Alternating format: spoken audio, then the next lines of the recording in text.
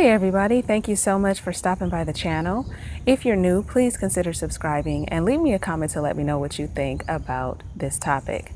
So if this is your first video or one of your, first videos, I just wanted to say a couple of things just to let you know about some of the content.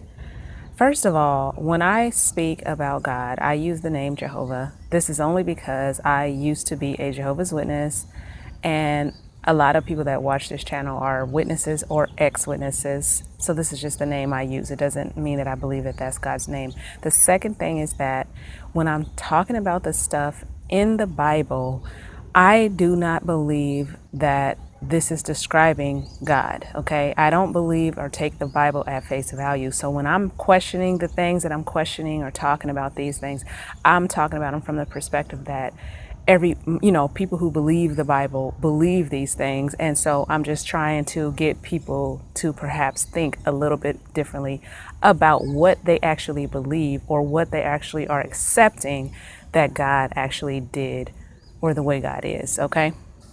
So now that we got that out the way, the topic I wanted to talk about is God hardening, or Jehovah hardening, Pharaoh's heart when he was supposed to be letting the Israelites leave Egypt. So a lot of people who defend this story would say a couple of things. They would say things like, well, obviously Pharaoh was already a bad guy. Obviously God already knew what he was all about and that he already had, this negative spirit that he wasn't going to let the people go. And that's why, they don't really think too much about God hardening Pharaoh's heart. Okay. Another thing I heard somebody say actually kind of recently when I was looking at some YouTube videos, he was saying that if you look at the times or if you look at the account, you'll see that the scriptures state that Pharaoh hardened his heart, initially, and then God hardened his heart after that. So the person was trying to make the point that, when you start doing things that are wrong or going against God, you start getting like a callous type of heart, you start getting hard and more receptive to doing wrong. So I mean, this just becomes your state of doing things now at this point. The more wrong you do, the more wrong you continue to do. So basically, the people who explain away these things don't want to say that God is really interfering with a person's free will. But what do you think about this topic?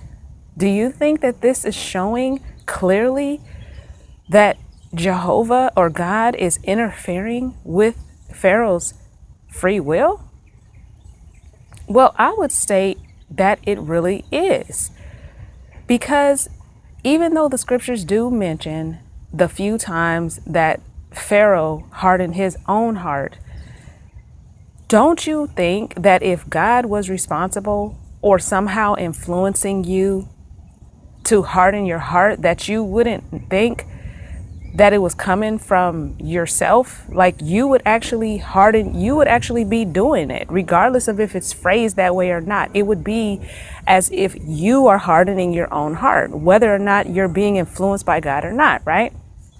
So it doesn't really make the distinction there in the scripture that shows that, Pharaoh was the one that was really behind hardening his own heart. And the reason why I say that is because when we look at the account, we'll see that before Moses even went and spoke with Pharaoh, Jehovah had already told him that he was going to harden his heart. This is in Exodus 4:21.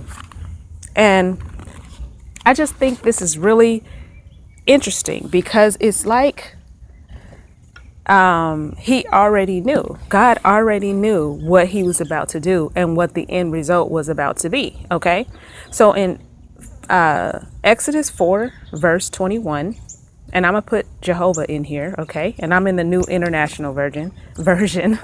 It says, Jehovah said to Moses, when you return to Egypt, see that you perform before Pharaoh all the wonders I have given you the powers to do. But I will harden his heart so that he will not let the people go. Then say to Pharaoh, this is what Jehovah says. Israel is my firstborn son, and I told you, let my son go so he may worship me. But you refuse to let him go, so I will kill your firstborn son. So we know that the 10th plague is the one where Jehovah is actually killing the firstborn son, right? But if we notice here, before any of the plagues even hit, he's saying, I'm going to harden his heart so that he's not going to let the people go. And he's jumping all the way ahead to the 10th plague, which is showing you that he's already determining that the end result ultimately is killing Pharaoh's firstborn son. So some people might try to reason this away and say, well, he gave them all these chances. He kept doing all these plagues and Pharaoh kept hardening his heart. But really, if you just read this one scripture, you could clearly see that there was nothing Pharaoh could have done throughout any of those plagues. So it doesn't matter if it said that Pharaoh hardened his own heart or God hardened his heart or whatever, because you see that before anything even happened, it says that he was going to harden his heart. So then the question is, how is that fair? What choice would Pharaoh have had if the Almighty, the one who created us, according to what people believe, according to what the Bible is implying, the one who created us, the one who can control our actions or influence us to do something, right? How is that fair? Now, people would say, well, he should have let God's people go, right? He should have let his people go. But this is my thing. Let's think about this. Let's look back at Exodus a little bit before this verse here and see, a little bit after this and see what actually Moses said to Pharaoh. Okay, so keep in mind, God had already said before this that he was going to harden Pharaoh's heart. Okay, so now Moses and Aaron go to Pharaoh. This is chapter 5, verse 1. And Moses says, this is what Jehovah, the God of Israel, says. Let my people go so that they may hold a festival to me in the desert. Verse 2. Pharaoh said, who is Jehovah that I should obey him and let Israel go? I do not know Jehovah, and I will not let Israel go. Then they said, the God of the Hebrews has met with us. Now let us take a 3-day journey into the desert to offer sacrifices to the Lord our God, or he may strike us with plagues or with the sword. Okay, so let's think about this. Pharaoh said, I don't know Jehovah. So who is Jehovah that I should let Israel go? Is that question an unreasonable question for Pharaoh to ask? Remember, everybody admits and states that Egypt had multiple gods, right? So this wasn't something unheard of to have more than one god. However, it's clear that Pharaoh had not heard of this God. Now you think about this. By this time, the Israelites had been enslaved for hundreds of years, okay? According to what the scriptures say and what most people believe, for hundreds of years, okay? And it was no mention of this God. None of them were, being released by this God that they're now claiming to want to go worship. So what would make us think that Pharaoh did know about this God, Jehovah, that they're now telling him about? So is this disrespect on his part for him to say that? No, because he probably did not know or had not heard or seen any type of miraculous acts about this God.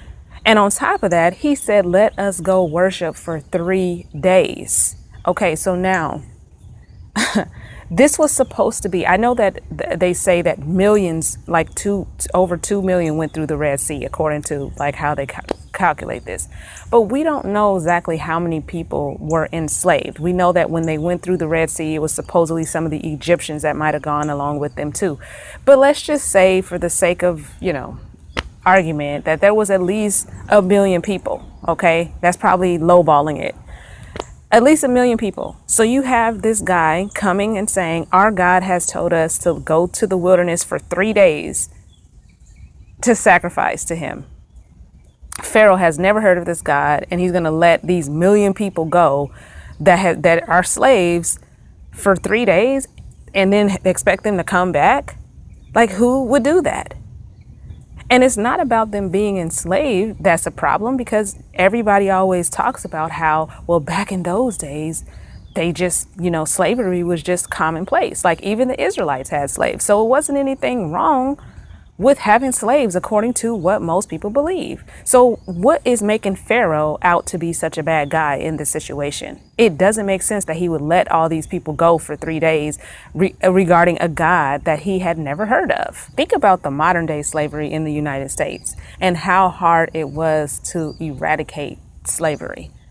It took, a civil war to do this. And a lot of other actions, by the government and by, individuals, and by laws being changed in order for this to change. And I know this slavery, modern day slavery, is different than back then, but if you just really think about that and what the whole idea and the concept of slavery is, it's not very easy for a slave master to part with their slaves. And so people always make Pharaoh out to be this bad guy, but all he was doing was what any, slave owner would do. And yes, he did start making them work harder after that. But he said, about Moses, he was like, you're trying to make them just take away from their work, get back to work. Actually, we're going to harden the work now. What choice did Pharaoh have in this matter? Was it really him who was making this decision not to let Israel go? Once he started getting these plagues and he started seeing that God was a lot more powerful, that Jehovah was powerful, and his, Pharaoh's forces was unable to do anything about these plagues, you would think that that would be an incentive, right? And there's actually reason to conclude that perhaps Pharaoh might have changed his mind. Why do I say that? Because in the scriptures, it mentions 3 times that Pharaoh hardened his own heart. There's 3 different verses that says that. The other 4 is just saying his heart was hard. But then there was 5 verses that says that God hardened his heart. So what this means to me is that obviously he potentially could have changed his mind. Really, God should not need to step in and harden his heart if his heart was already hard. If God could say that this man was already going to make some bad decisions and not let Israel go, why did he even need to step in and harden his heart in the first place?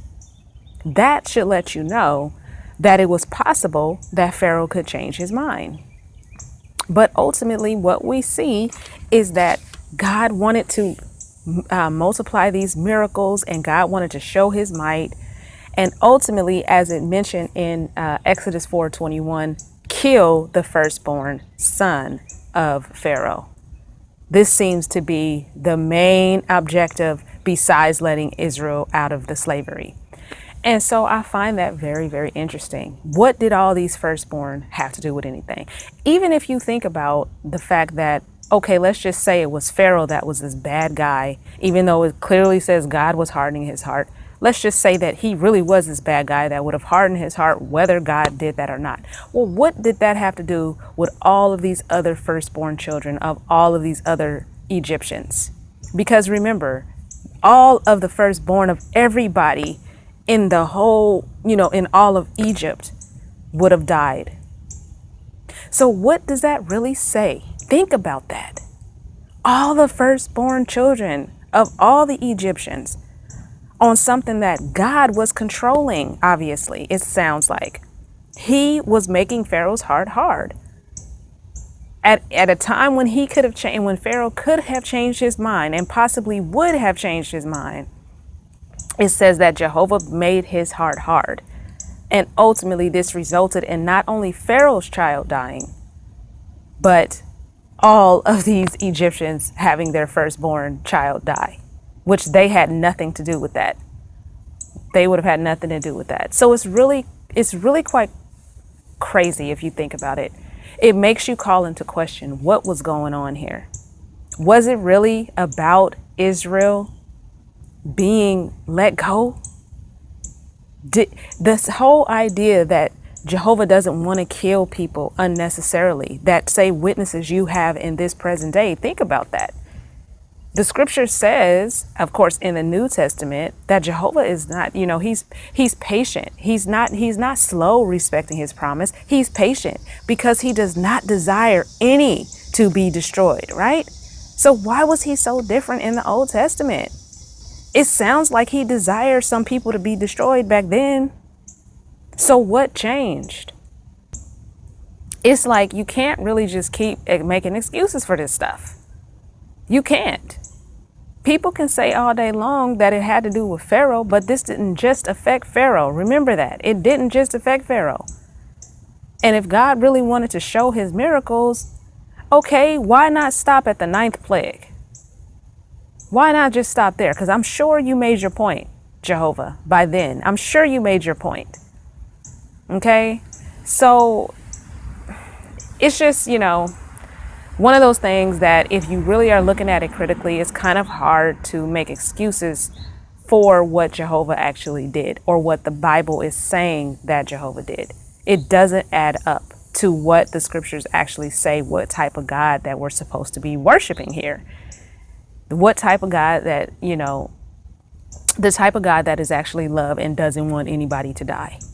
This is clearly not what we're witnessing here in these Old Testament scriptures. And there are so many more things, that we will be talking about in future videos. But I thank you all for watching this one, and I look forward to reading your comments and also look forward to seeing you on my next video. Have a great day, everyone.